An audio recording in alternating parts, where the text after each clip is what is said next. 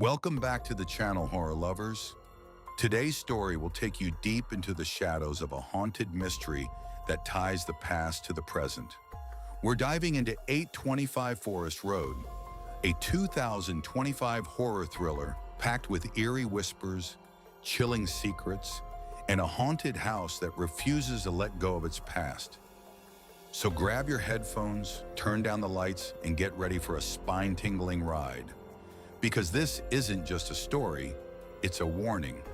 The movie opens with a man named Chuck, who is left stunned after discovering that the lavish mansion he recently purchased for a hefty sum is already leaking rainwater. Frustrated, he immediately snaps pictures of the leakage and sends them to the property agent, silently cursing him for hiding such flaws.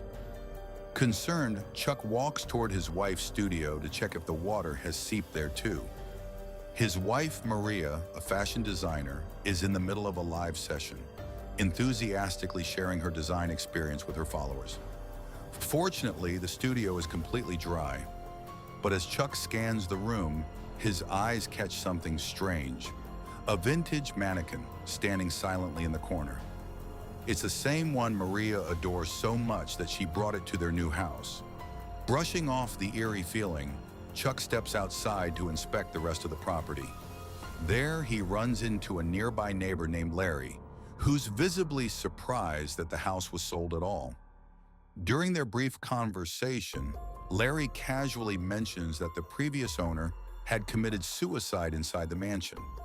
Chuck is left speechless. His agent never mentioned this chilling detail. Disturbed, Chuck returns inside and reviews the photos he took of the leakage. That's when he notices something even more troubling. In one of the images, there's a short gun visible in the frame. The problem?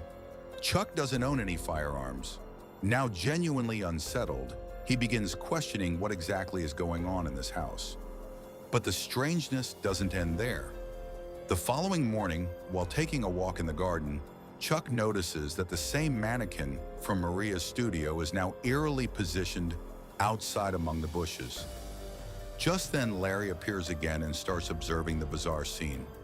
Chuck begins to suspect his younger sister might be playing pranks. Ever since their mother's tragic accident, his sister has been emotionally unstable, often lost in her world. Larry advises Chuck to pay closer attention to his sister's mental health and suggests he visit the nearby public library to explore the mysterious history of the area. He also invites Chuck to attend a local group meeting for newcomers. Later that afternoon, Chuck makes his way to the library. After browsing through shelves of old records, he finally stumbles upon a book that contains deep, unsettling details about the village's past. Just as he's about to leave, he notices a few books scattered across the floor. Sitting nearby is a girl named Ashley, sobbing quietly. Between tears, she warns Chuck not to dig too deep into the town's secrets, saying the consequences could be deadly.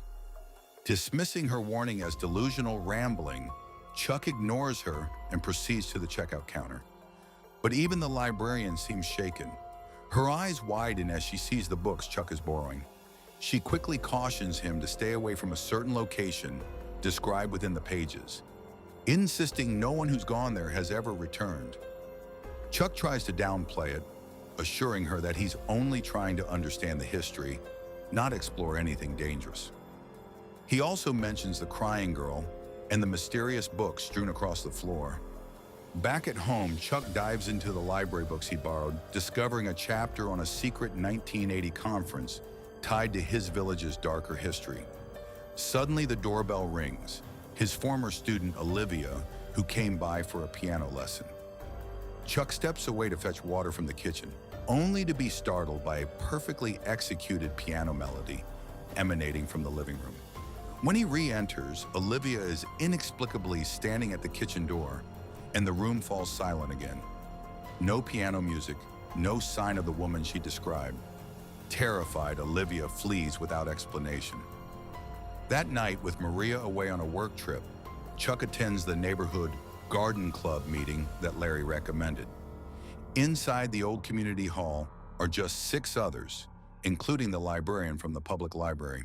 They're discussing the recent string of suicides in the village, all eerily reminiscent of Helen Foster's death in 1980. According to local legend, Helen shot herself after relentless bullying of her daughter. Ever since, one mysterious suicide occurs here each year. The group agrees that until the truth behind Helen's final hours is uncovered, the cycle will continue. On his way home, Chuck hears a woman's laughter coming from the old church next door, sending chills down his spine. He rushes back to Isabel's room, his younger sister, still mourning their mother's death and plagued by recurring nightmares of her. That evening, their friend Luke drops by. Having grown up in the village, Luke recounts the full story of Helen Foster's tragedy. Later, as Isabel sleeps, the bathroom light clicks on by itself, and again only moments after she turns it off. Again, the bathroom light flicked on.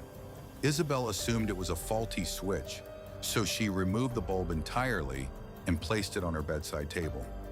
But just as she tried to sleep again, something strange started happening, an unshakable feeling of dread, as if the room itself was alive. By morning, sunlight flooded the room, and for a moment, she believed it was all just a bad dream, until she spotted the light bulb exactly where she had left it. That confirmed the terrifying truth. What happened last night was real. She immediately called her friend Luke and told her everything.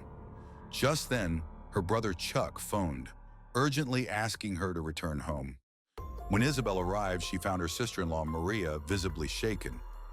Maria had been doing a live session in her design studio earlier that day when something disturbing happened. A mannequin in the background suddenly moved, its hand twitching unnaturally.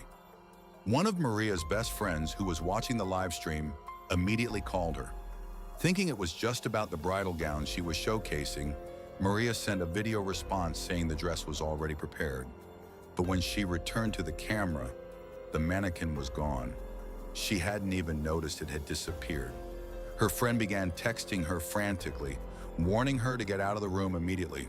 Still, Maria brushed it off and continued the stream. A few minutes later, when she walked over to display the mannequin's outfit, she was stunned to find it missing. Suddenly, a loud noise came from the adjacent room. Though hesitant, Maria moved toward it, and what she discovered about the mannequin left her horrified. After hearing this, Chuck rushed back home. Together, he and Maria set the mannequin on fire. Chuck revealed that the bungalow's previous owner had taken his own life inside the house. That could explain the strange, negative energy lingering around them. They decided it was time to leave the bungalow for good. Isabel was told to pack up and move into her college hostel. Luke came by to help her move. While helping, Luke noticed a photo on the wall, a picture of Isabel and her mother, but something in the image was off. She pointed out that Isabel's mother looked nothing like how Isabel had ever described her. The energy in the photo felt strange and unsettling. Isabel froze. She quietly told Luke that her mother had passed away just a few months ago in a car accident. Luke's face turned pale. She confessed that she had recently seen Isabel's mother walking inside the house. The two stood there, confused and terrified, when suddenly they heard the sound of utensils crashing in the kitchen downstairs. Racing down nervously, they found the house's atmosphere drastically altered. The temperature in the room had dropped noticeably. The wind had grown unusually fierce, howling like faint sobs carried through the night. Luke couldn't bear the chilling atmosphere any longer and left the house, making an excuse to step outside. As soon as she left, Isabel heard someone whisper her name from behind. Slowly turning around, she found nothing there. Just then, Maria entered the room, visibly shaken, and tried to stop Isabel from doing anything reckless. But Isabel insisted. She had to uncover the truth behind everything that was happening. Fearful, both of them retreated to their rooms. Not long after, a scream pierced the silence. It came from Maria's room. Isabel rushed toward it, her heart pounding. The door creaked open slowly on its own. Inside, Maria was sobbing uncontrollably, her face twisted in terror. Blood trickled from her nose, yet she seemed completely unaware of her condition. She had no memory of what had just happened, only the crushing fear that lingered in her chest. When the situation calmed a little, Luke returned. In her hands, she held an old map. She explained that she had compared a 1923 architectural planning book with the latest city mapping records and had finally pinpointed a forgotten location: 825 Forest Road. Meanwhile, Chuck had made up his mind. He was going to confront the man who had betrayed his wife. Isabel insisted on accompanying him. Just then, an agent arrived at the house. He was there to ask for help with a commercial ad shoot. But Chuck had urgent business and had to leave immediately. Maria, who had only recently regained some composure, agreed to stay behind and assist the agent. However, Isabel felt something wasn't right. She asked Luke to stay with Maria while she and Chuck set out toward the location marked on the old map: 825 Forest Road. As they drove, Chuck muttered that if this turned out to be the same house from the past, he would burn it down himself. Back at the house, Maria was helping the agent prepare for the shoot, but suddenly he began muttering in a strange, unknown language. His demeanor changed. He wasn't the same person anymore. Meanwhile, Chuck and Isabel trekked through a dense forest and reached what looked like a dilapidated, forgotten mansion. They broke in through a cracked window and began searching for any signs to confirm the house number. Carefully, they climbed to the upper floor and were stunned to find that the interior layout was identical to Chuck's current home. Then something even more unsettling happened. A dark shadow passed silently behind them. Back at the house, Maria had fallen into a strange trance. She began speaking about an event from 1980, claiming her daughter had been severely bullied in school, and no one had helped despite her pleas. The voice wasn't hers anymore. The spirit of the woman who had committed suicide all those years ago had now possessed her completely. Back in the abandoned mansion, Chuck discovered a wooden box hidden beneath the floorboards.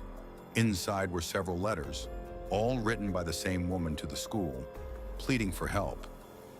Every one of them had been returned unopened. The letters listed a specific address, his own. It finally made sense. The house he now lived in, and 825 Forest Road, were the same place. That's why the spirit kept returning. It had once been her home. Realizing the terrifying truth, Chuck bolted upstairs to find Isabel. They had to get out of there immediately. They had to escape immediately. But Isabel stood frozen, paralyzed by fear. Meanwhile, back at the house, even Luke had begun to suspect something was seriously wrong with Maria. To test his suspicion, she deliberately asked Maria for her daughter's name. Maria let out a violent scream and burst into manic laughter, completely consumed by the spirit. Then suddenly, everything went still. Luke assumed the spirit had left, but she was wrong. Isabel's eyes widened in horror. She could feel it, an invisible hand gripping her shoulder tightly. Chuck saw the fear on her face and rushed toward her. He reached out to pull her away, but before he could, an unseen force dragged both of them into a decaying room inside the mansion. And that, friends, is the terrifying story of 825 Forest Road, a new horror film from 2025. The movie unfolds through the perspectives of several characters, gradually building suspense as each layer of the mystery is revealed. While certain plot elements may feel familiar to seasoned horror fans, the film delivers a dark, unsettling narrative with enough twists to keep viewers on edge. If you're a fan of horror and enjoy stories wrapped in mystery and the supernatural, this one is worth a watch. So that's it for today's story. If you enjoyed the video, don't forget to like, subscribe to the channel, and stay tuned. We'll be back next time with another spine-chilling tale. And that was the terrifying truth behind 825 Forest Road, a dark tale of betrayal, restless spirits, and a haunted past that just won't stay buried. If this story gave you chills, make sure to like the video, subscribe to the channel, and hit that bell icon so you never miss another creepy tale. Until next time, stay safe, stay curious, and whatever you do, Don't ignore the whispers in the dark.